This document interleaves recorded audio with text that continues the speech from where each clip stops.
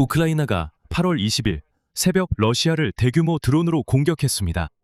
드론은 타타르스탄의 타네코 정유 공장, 타만반도의 석유 터미널, 크림반도의 변전소를 공격했습니다. 하지만 이것은 그날 밤 공격 대상의 전부가 아닙니다. 이런 상황에서 러시아는 8월의 두 번째 연료 위기가 지역과 모스크바를 강타하자 아시아 국가들로부터 석유 제품 수입을 늘리고 있습니다. 보도에 따르면 크렘린은 인도에 추가 연료 공급을 간청하고 있으며 인도는 판매할 준비가 되어 있지만 높은 가격을 요구하고 있습니다. 그리고 러시아 연방 국가두마는 국가가 전쟁으로 인한 손실을 예를 들어 이런 러시아인 모두에게 보상할 의무가 없다고 직접 밝혔습니다. 예를 들어 우크라이나 드론의 공격으로 창고가 불에 탄 경우에도 말이죠.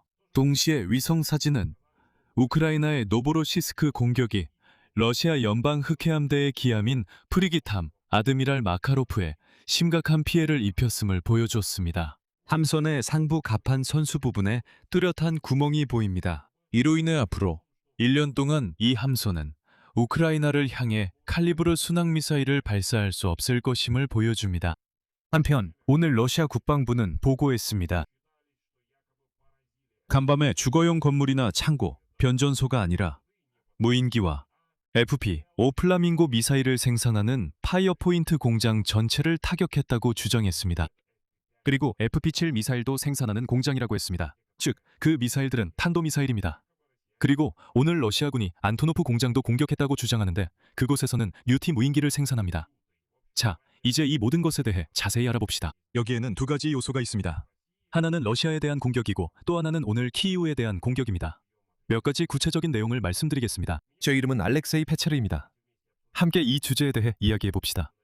하지만 시작하기 전에 이 유튜브 채널을 구독해 주시길 부탁드립니다. 저희는 30만 명 구독자 달성을 향해 나아가고 있습니다.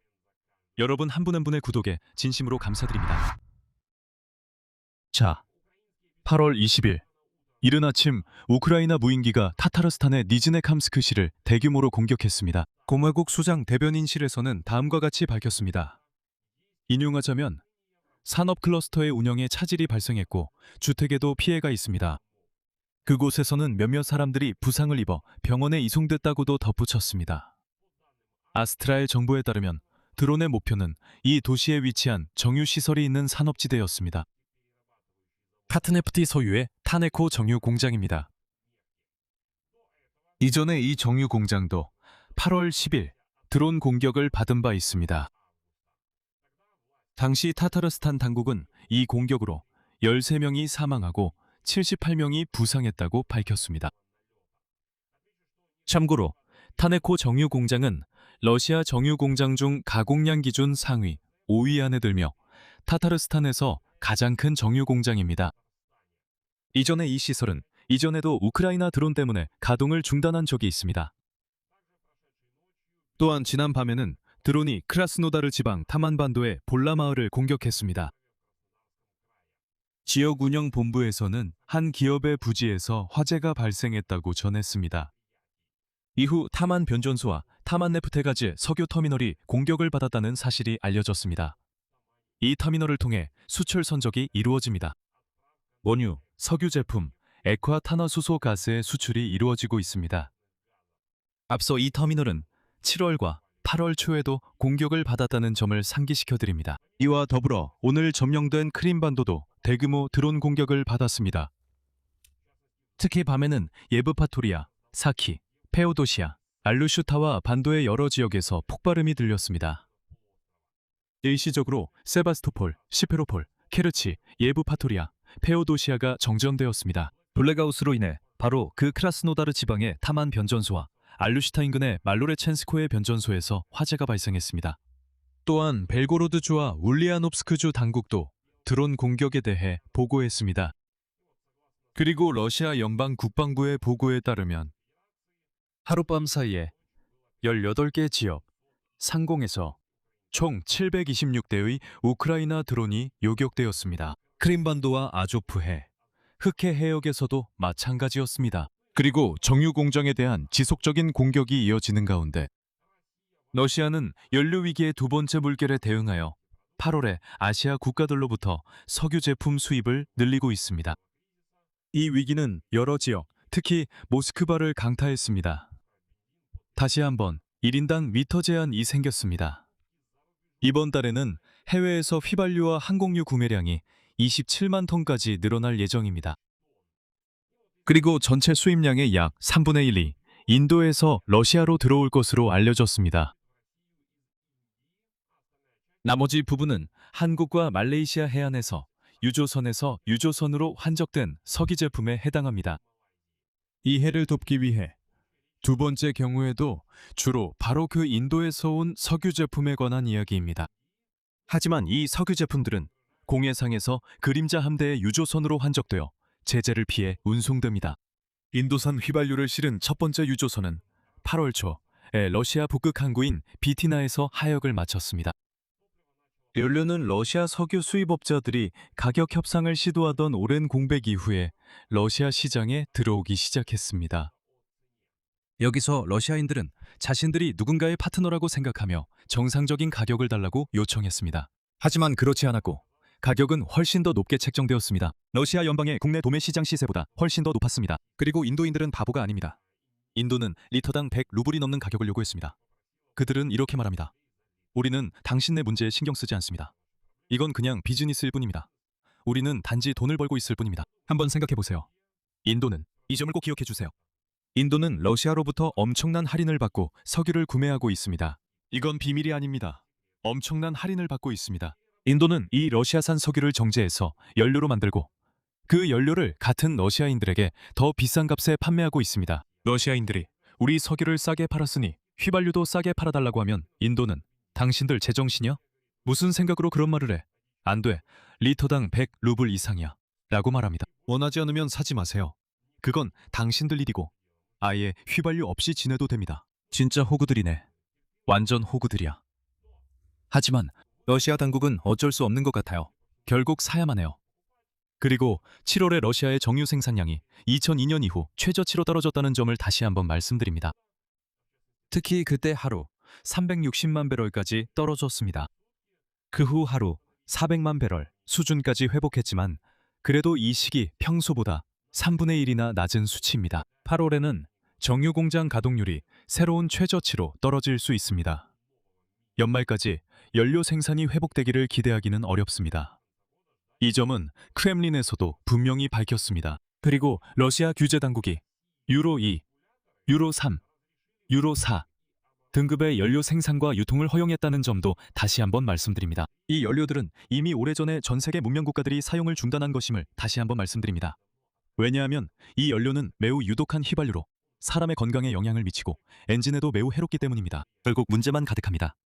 이 휘발유는 이미 모두가 오래전에 사용을 중단했습니다. 제가 말하는 건 유로 4입니다. 이제 러시아인들에게는 유로 2까지도 판매하고 있습니다. 그래, 나쁜 휘발유지만 어쩔 수 없으니 사라고 말하는 셈이죠. 하지만 말하자면 러시아인들에게는 이런 휘발유도 괜찮다는 식입니다. 그리고 동시에 러시아 연방 국가두마에서는 우크라이나의 공격으로 피해를 입은 창고의 소유주들이 예산이 아니라 자기 돈으로 복구해야 한다고 밝혔습니다. 블라디미르 푸틴이 전날 촉구했던 대로입니다. 국가두마에서는 이렇게 말합니다. 전쟁이 벌어지고 있는데 뭐가 마음에 안 들면 직접 복구하세요. 상기시켜드리자면 전날 러시아 연방 대통령 블라디미르 푸틴은 정부에 우크라이나 군대의 공격을 받은 물류 허브 복구 프로그램을 준비하라고 지시했습니다. 7월 중순부터 다시 말씀드리자면 주로 와일드버리스 회사의 인프라가 드론 공격을 받고 있습니다. 우크라이나군의 공격으로 러시아 최대 마켓플레이스에 23개 창고가 피해를 입었고 전체 물류 역량의 4분의 1을 상실하게 되었습니다. 그리고 불에 탄 상품까지 감안하면 거의 1조 루블의 피해가 발생했습니다. 그런데 푸틴은 이렇게 말합니다. 들어보세요. 그럼 러시아인들이 자기 세금으로 이 피해를 보상하라고요. 그러니까 당신들이 뭘 기대했냐는 거죠. 푸틴을 지지했으니 이제는 돈을 내고 이 전쟁의 대가를 자기 주머니에서 내라는 겁니다. 그리고 또 하나 기분 좋은 소식이 있습니다. 8월 12일 우크라이나의 노브로시스크 공격으로 러시아 연방 항해 함대의 기함인 프리기탐 아드미랄 마카로프가 심각한 손상을 입었습니다. 이것은 최신 위성 사진에서 확인할 수 있습니다. 심지어 제트 채널 보엔니 오스베도미텔도 선박의 상부갑판 선수 좌측 칼리브르 순항 미사일 위치 왼쪽에 뚜렷한 구멍이 보인다고 전하고 있습니다. 또한 그의 평가에 따르면 위성통신 장비 첸타브르와 상고 구조물의 선미 쪽에 있는 포지티브 M12 레이더도 손상된 것으로 보입니다. 타격은 수직 발사대 구역에 집중되었습니다. 그 결과 내부 폭발이 발생했고 이후 발사관이 모두 불에 탔습니다. 아드미랄 마카로프는 다시 말씀드리면 2022년 4월 14일 우크라이나군이 미사일 공격으로 모스크바 순양함을 침몰시킨 이후 러시아 연방 흑해연대에 기함이 되었습니다. 다시 말씀드리면 블라디미르 푸틴은 오랫동안 아니야 무슨 소리야 아무것도 침몰하지 않았어 모스크바 순양함은 여전히 운항 중이야 라고 말해왔습니다. 나중에 결국 그 모스크바가 선원들과 함께 침몰했다는 사실이 드러났고 그 러시아 선원들은 아무에게도 필요 없는 존재가 되어버렸습니다. 뭐 침몰했으면 침몰한 거지 신경 쓸 필요도 없다는 식이었죠. 전쟁이 시작된 이후로 이 프리기탐 아드미랄 마카로프는 우크라이나 공격에 사용되었습니다. 같은 시기에 8월 10일 우크라이나군은 프리기탐 아드미랄 마카로프도 타격했습니다. 새로운 위성 사진에 따르면 가장 심각한 손상을 입은 부분은 선체의 앞부분, 갑판, 그리고 칼리브르 미사일 발사 모듈입니다. 그러니까 이제 어디를 정확히 노렸는지 이미 분명해졌다는 말이죠. 또한 BIU 트레보바니의 M 제어 시스템도 고장났습니다. 탐색 레이더의 안테나들도 파괴되었습니다. TK-25 전자전 체계의 안테나와 센타우르 위성 통신 돔들도 파괴되었습니다. 그리고 전문가들은 이렇게 요약합니다. 인용하자면 함정들은 완전히 타격 능력과 전투 지휘 능력을 상실했습니다. 두 척 모두 최소 1년 동안 운용이 중단되었습니다. 마지막으로 러시아가 어떻게 우크라이나 민간 인프라와 주택에 대한 야만적인 공격을 정당화하는지에 대해 말씀드리겠습니다. 상기시켜드리자면 러시아 점령군은 8월 20일 밤에 자신들이 가진 모든 것으로 키이우를 대대적으로 공격했습니다. 그날 밤 우크라이나를 향해 발사되지 않은 러시아의 장거리 타격 탄약은 하나도 없었습니다. 사실상 모든 것이 날아왔습니다. 탄도미사일, 극초음속 미사일, 모든 종류의 순항미사일, 일반 및 제트 추진 샤헤드 드론, 심지어 반데롤리까지도. 이 키예프 공격에 대해 더 자세한 내용은 이전 에피소드에서 말씀드렸습니다. 그러니 채널로 이동해서 반드시 이전 에피소드를 시청하셔서 전체 맥락을 파악하시기 바랍니다. 그리고 러시아 국방부에서는 처음에 그들이 우크라이나 군대에 도움을 준다고 주장되는 에너지 인프라를 정확히 타격했다고 발표했습니다. 하지만 나중에는 러시아인들, 이 야만적이고 씻지 않은 사람들을 더 기쁘게 하려고 키예프 공격에 대한 더 그럴듯한 이야기를 지어냈습니다. 러시아 국방부는 보고서에서 이번 공격으로 파이어포인트라는 산업시설이 타격을 받았다고 밝혔습니다. 이 시설은 중장거리 공격용 무인기 부품을 생산하던 곳이었습니다. 또한 이곳에서는 플레밍고 순항미사일에 사용되는 추진체의 조립과 보관도 이루어졌습니다. 그리고 또한 공격을 받은 것으로 알려진 곳은 안토노프 기업입니다. 이곳에서는 류티 무인항공기를 생산했습니다. 그러니까 크렘린은 키우에 대한 공격을 최근 몇 달 동안 러시아로 날아가는 무기를 생산하는 바로 그 기업들에 대한 타격으로 내세웠습니다. 같은 류티 드론, 플라밍고 미사일, FP 무인기 등입니다. 이 무기들이 모스크비아를 꽤 성공적으로 공격하고 있습니다. 하지만 저는 그냥 다시 말씀드리고 싶은데 사실은 제 생각에는 2022년 말이나 2023년 그리고 블라디미르 푸틴과 그의 측근들은 이미 우크라이나를 완전히 비무장화했다고 외쳤습니다. 키예프를 3일 만에 점령한다는 이야기. 이런 모든 얘기들이 있었죠. 그런데 이제 와서 그들의 허구적인 현실에서는 러시아를 공격하는 첨단 무기 생산 시설을 파괴해야 한다고 주장하고 있습니다. 다시 한번 말씀드리지만 2022년에는 우크라이나에 이런 무기들이 전혀 없었습니다.